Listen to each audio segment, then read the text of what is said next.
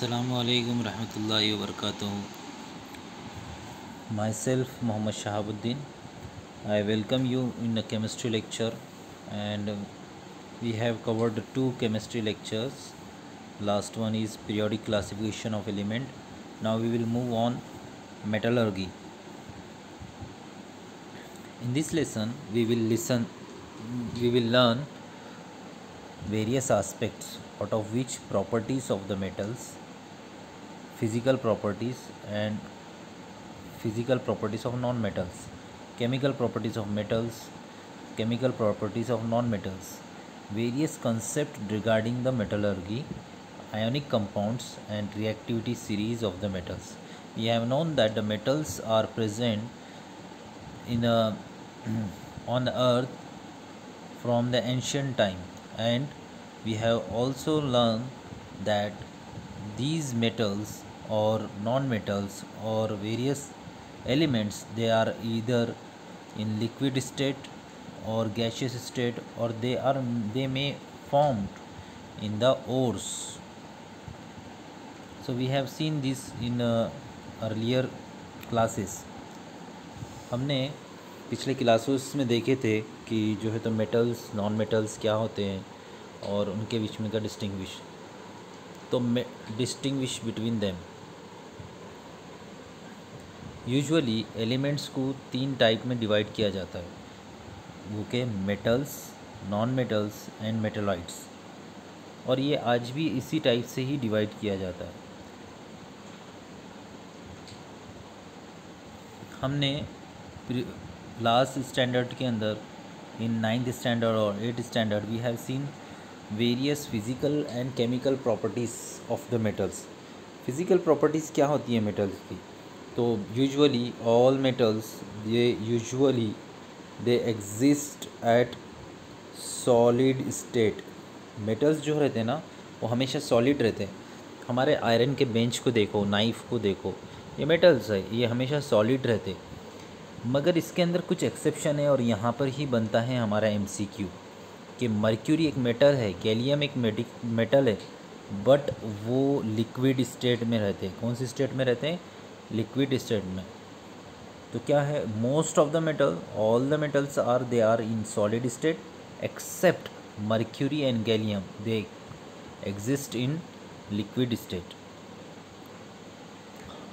Next is metal possesses the luster. आपने देखे होंगे कि मेटल्स के अंदर लस्टर होता है, शाइन करते हुए. तो कैसा शाइन करते हैं कि उसके अंदर जो है ना, फॉर एग्ज़ाम्पल हम गोल्ड का लो, सिल्वर का लो, वो उनके अंदर जो है ना लस्टर होता है, वो शाइनिंग प्रॉपर्टीज़ होती हैं जिसकी वजह से वो लाइट को रिफ्लेक्ट करते हैं, और इसीलिए उनको ज्वेलरीज़ वगैरह के अंदर यूज़ किया जाता है. तो all the metals possesses the luster. ठीक है, मगर ये लस्टर है ना लास्टिंग नहीं रहता है. क्यों? क्योंकि ये जो लस्टर होता है, मेटेलिक लस्टर जिसको कहते हैं हम, जो शाइनिंग है वो डिक्रीज़ होती है. किससे? जब वो एटमॉस्फेरिक ऑक्सीजन या मॉइस्चर से जो है तो क्या होता है, रिएक्ट करता है. ये रिएक्शन की वजह से, देखो हम चांदी की अगर रिंग है हमारे पास, या जो है तो उसकी कोई चीज़ है, तो वो कुछ दिनों के बाद जो है तो उसका कलर, उसके ऊपर ब्लैकिश कलर आ जाता है. क्यों? Because of the oxygen present in the environment, they get reacted. Metals के अंदर और एक प्रॉपर्टीज़ होती हैं जिसको बोलते हैं हम डक्टिलिटी एंड मैलिएबिलिटी. ये डक्टिलिटी क्या होती है कि हम मेटल से छोटे छोटे है ना वायर्स बना सकते हैं, बारीक बारीक, और ये वायर्स यानी एक डक्ट फॉर्म में इसको कन्वर्ट करने को ही बोलते हैं कि डक्टिलिटी. और मैलिएबिलिटी क्या, कि अगर आपके पास मैंने एक छोटा सा एक क्यूब दे दिया, जैसा हमारा चीज़ क्यूब होता है, उस टाइप का एक मेटल का, कोई भी एक मेटल, फॉर एग्ज़ाम्पल हमने ले लिए सिल्वर का ऐसा क्यूब दे दिया, या मैंने दे दिया आपको एल्युमिनियम का एक ऐसा क्यूब दे दिया, और उसको आप है ना उसके ऊपर हैमर मार रहे हैं, इतने हैमर्स मारे आपने कि उसकी एक थिन प्लेट बन गई, और थिन प्लेट बन के वो एकदम ऐसा पतला हो गया, और वो एक पतले पतले शीट्स में कन्वर्ट हो गया. उसको ही बोलते हैं हम मैलिएबिलिटी. एल्युमिनियम फॉइल ऐसे ही बनता है. तो मेटल्स के अंदर एबिलिटी क्या है? They shows the property of ductility and malleability. Similarly metals जो रहते हैं ना, they are good conductor of heat and electricity. उसके थ्रू हीट और इलेक्ट्रिसिटी क्या होती है, पास होती है मेटल्स के थ्रू।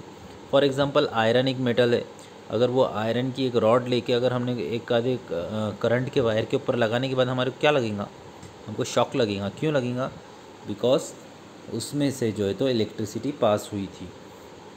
सेम वे अगर हमारे घर में जो खाना बनाने के बर्तन रहते हैं उसके अंदर से एक आधे इसको जो है तो डंडी भी होती है, हैंडल होता है, वो हैंडल मेटल का बना हुआ होता है, और उस हैंडल के ऊपर अगर प्रोटेक्टिव कवरिंग नहीं है कोई प्लास्टिक की, तो क्या होता है हमारे को जो है तो उसका जो है तो चुरका लगता है। ठीक है, क्योंकि मेटल हीट अप होता है। Metal shows they are a good conductor of electricity. Usually सब मेटल्स होते हैं हार्ड। कैसे होते हैं, हार्ड। आपने आयरन की रॉड देखे वो कैसी रहती है, हार्ड। आपने जो है तो घर में नाइफ़ देखे वो भी हार्ड होती है। और बहुत सारे चीज़ जैसा आपका एल्युमिनियम का कोई यूटेंसिल्स है तो वो भी हार्ड होते हैं। सब चीज़ें ये हार्ड होते हैं, एक्सेप्ट इसमें कुछ एक्सेप्शन है जो हार्ड नहीं होते, जिसको बोलते हैं अल्कली मेटल, जो कि फर्स्ट ग्रुप से है, जो कि है तो metals like lithium, barium and potassium. Lithium, sodium and potassium ये एक्सेप्शन है, ये हार्ड नहीं है। ये रूम टेम्परेचर पे अगर आप उनको रखें तो ये नाइफ से कट हो जाएंगे, इतने ज़्यादा सॉफ्ट है। तो मेटल, ये एक और प्रॉपर्टी हमें पता चली कि सब मेटल्स जो है ना सब हार्ड होते हैं except the alkali metals lithium, sodium, potassium, जिसको हम एक नाइफ से के हेल्प से भी कट कर सकते हैं। यूजुअली मेटल्स की high boiling and high melting point होते हैं। क्या होता है उनका, high boiling point and high melting point. इसका एक एग्जांपल है, दैट इज़ क्लासिकल एग्जांपल, कि टंगस्टन एक मेटल है, ठीक है, जिसका मेल्टिंग पॉइंट आप देखिए 3422 डिग्री सेल्सियस है, जो कि बहुत ज़्यादा है। इसके contrary melting point of some metals like sodium, potassium, mercury, gallium are very low. ये लोगों का मेल्टिंग पॉइंट और बॉइलिंग पॉइंट बहुत ज़्यादा होता है। मेटल्स के अंदर एक और स्पेशल एबिलिटी होती है कि जब अगर हम कोई एक मेटल के ऊपर उसके ऊपर एक हैमर मारते हैं या उसको हिट करते हैं तो वो साउंड प्रोड्यूस करता है। जो साउंड वो प्रोड्यूस करता है, और इसकी ये जो एबिलिटी है मेटल की to produce the sound is called as sonority. And ऐसे मेटल जो ये एबिलिटी शो करते हैं उनको बोलते हैं सोनोरस मेटल्स। ठीक है,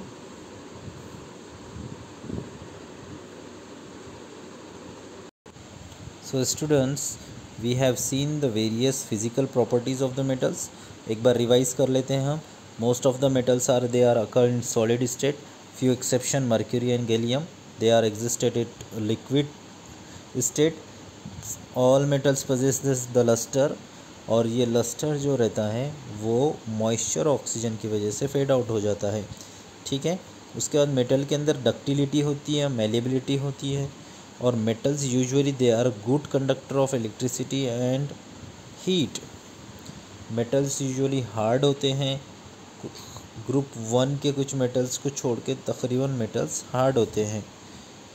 यूजुअली मेटल्स का हाई बॉइलिंग और हाई मेल्टिंग पॉइंट होता है, और इसमें टंगस्टन का हाईएस्ट मेल्टिंग पॉइंट है जो है 3422 डिग्री सेल्सियस। इसके अपोजिट जो है तो कुछ मेटल्स है जैसे सोडियम, पोटेशियम, मर्क्यूरी, गैलियम, इनका जो है तो मेल्टिंग पॉइंट वेरी लो होता है। कुछ मेटल जिसको सोनोरस मेटल कहते हैं, they have ability to produce sound, okay, when they are get struck. ये हो गया इसका रिवीजन। नेक्स्ट है physical properties of the non metals. Usually non metals they are considered non-metals, they are usually they are in a gaseous state. Now they are occurred in a gaseous state, Only few examples, there are exceptions everywhere. Non-metals like bromine, they are occurred in the liquid state. Non-metals usually don't have a luster except the iodine. Its crystal are very shiny.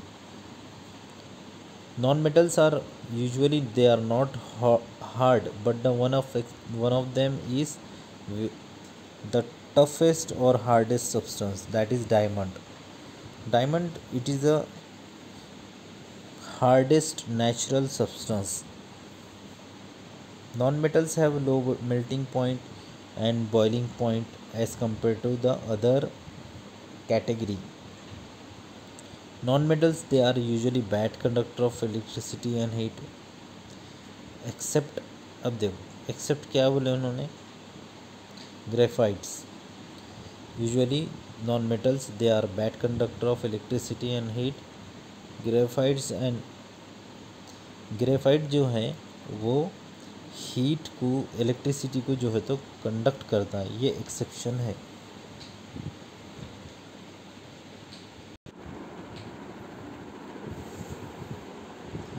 ये थे physical properties. Chemical properties क्या है metals की? Metals, they are usually reactive, they want to lose the electron. जो मैंने last time बताया था कि वो इलेक्ट्रॉन को लूज़ करते हैं और अपने आप को पॉजिटिवली चार्ज कैटायंस बनाते हैं.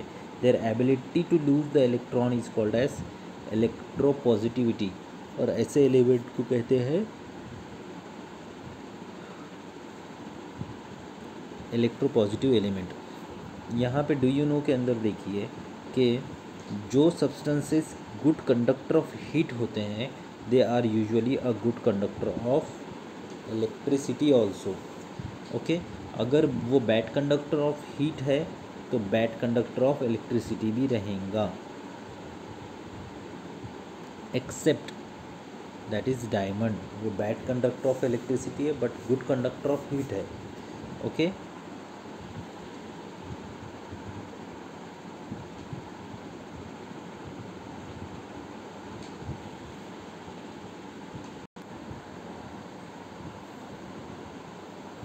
नाउ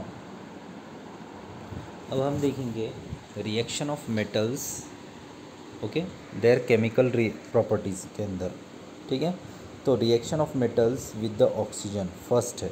ठीक है, usually metals combine with the oxygen on heating in the air. Metals को अगर हम क्या करते हैं, अगर उसको हीट कर रहे हैं एयर के अंदर, तो वो एयर में प्रेजेंट ऑक्सीजन जो है ना, वो इससे रिएक्ट करेंगी और मेटेलिक ऑक्साइड बन जाएगा. ठीक है, जैसा कि सोडियम या पोटेशियम हम ले लेते हैं, तो सोडियम जब रिएक्ट करता है ऑक्सीजन के साथ, तो हमें मिलता है सोडियम ऑक्साइड Na2O, जो कि कैसा होता है, सॉलिड होता है.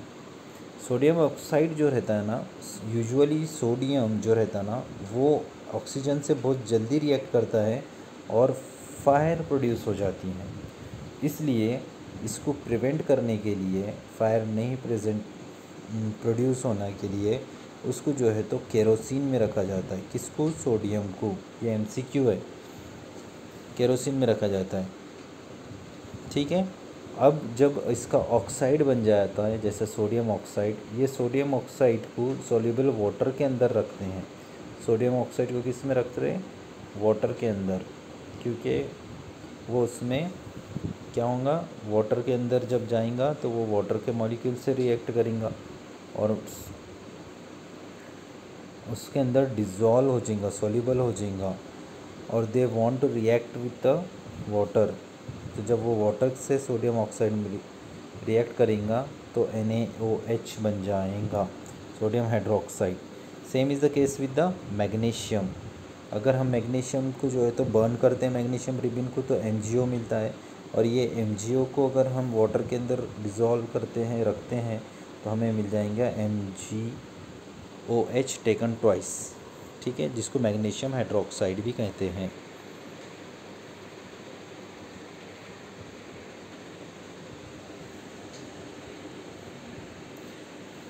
रेस्ट ऑफ द रिएक्शंस जो है वो हम बाद में देखेंगे इंशाल्लाह. आज के लिए इतना काफ़ी है. Thank you.